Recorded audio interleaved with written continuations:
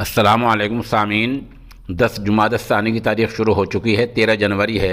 ख़बर का उन्वान है सोते सोते 2 और इस्तीफ़े। दरअसल उत्तर प्रदेश में चुनाव का दौर दौरा है। उधर बीजेपी से भगदड़ मच गई है और लोग इस्तीफ़े पर इस्तीफ़े दे रहे हैं। आज हुआ यह है कि देर शाम बीजेपी की इत्तेहादी साथी चुनाव में एक पार्टी है जिसका नाम है अपना दल एस। अपना दल एस ये सियासी पार्टी है।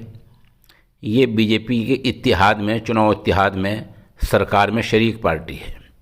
इस पार्टी के 2 मेंबरान असम्बली ने आज इस्तीफ़ा दे दिया है। ये भी एक तरह से बीजेपी की वजह से इस्तीफ़ा दिया है।